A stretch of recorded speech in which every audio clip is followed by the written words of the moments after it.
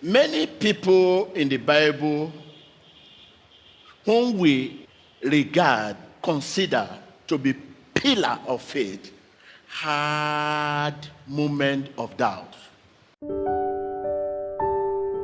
This does not mean that they had less faith, but that their faith was being challenged in a new way.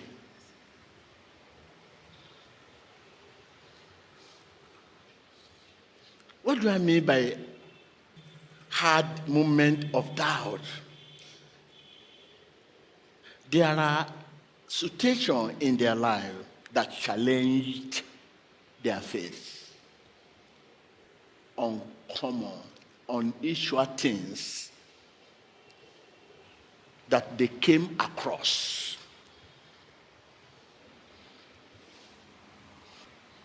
If you are genuinely seeking salvation from God,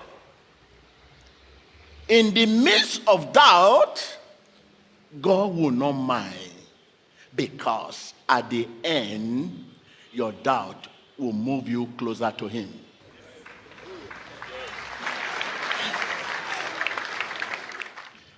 There are situations in their life that challenged their faith. Unusual things that they came across. There are situations in your life that are challenging your faith.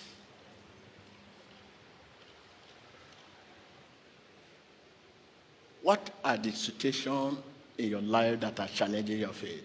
Let such situation move you closer to God, not further away from God. Tell your neighbor, let such situation move you closer to God, not further away from Him. In cases of prolonged, uncomfortable situation, such as sickness, disease, hardship, poverty, and lies, one seems to be tempted to doubt his ability and desire to help. One seems to be tempted to doubt his desire or ability to help. Their faith was being challenged in a new way. What one has not experienced before in one's life cropping up will generate anxiety, worry, panic, doubt in one's faith. What you have never experienced before. You begin to ask yourself, how does this see coming? What has happened to me? Tell your neighbor, overcome your doubt. I can hear you. I can hear you. Yes, overcome your doubt. When you open the book of Matthew 14, verse 31, David, John the Baptist, and Peter, along with many other biblical heroes, struggling with various doubts. When Peter was asked to drop his net, he said to Jesus, I've been there for many months. I've been doing what you asked me to do. Why can you ask me to drop my net? No. God does not mind doubt as long as we are seeking answer from God in the midst of it. Tell your neighbor, God does not mind doubt as long as we are seeking answer from God in the midst of it. Yes, God does not mind doubt. Does not mind doubt. But mind you, doubt can become sin if it leads you away from God. Tell your neighbor, doubt can become sin if it leads you away from God. To skepticism, cynicism, then to hard-heartedness.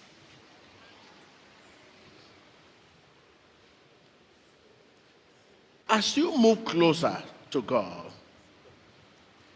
you will find the strength to trust God.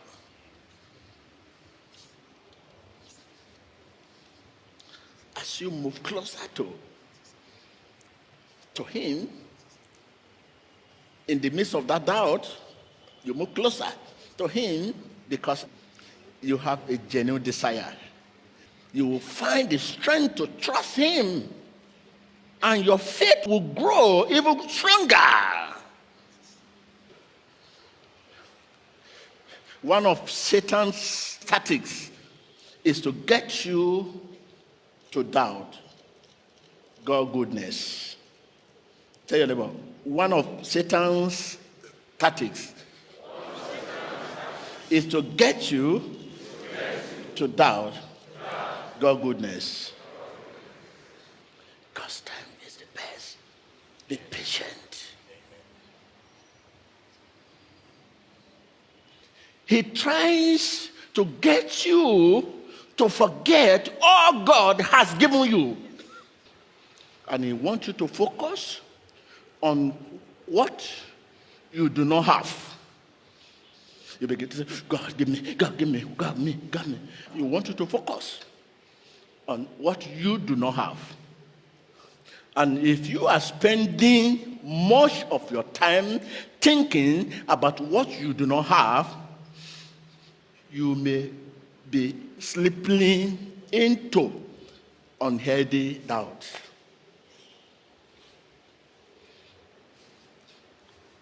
Today, we only acknowledge the immediate goodness of God when we receive, and thereafter never mention that miracle, that blessing, that healing, that deliverance, that we never mention. That is Satan. David was brought to king to defend his cause.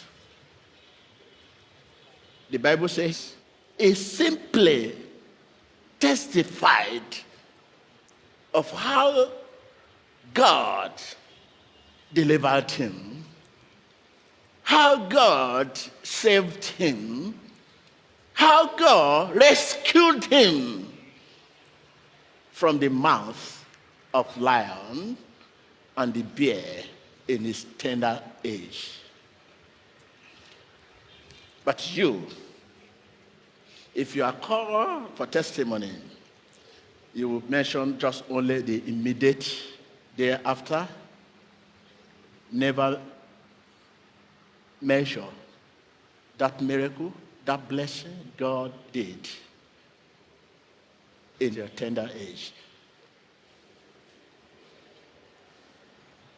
God gives everyone plenty of evidence to believe in Him.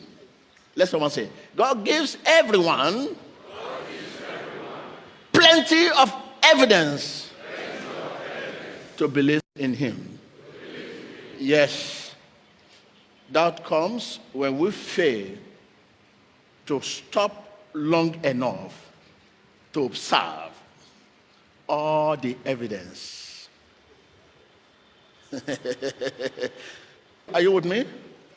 Listen again. Doubt comes when we fail to stop long enough to observe all the evidence. What I mean, once in a while, you should take time to reflect over God's track record in your life. When you have doubt, review God's track record in your life.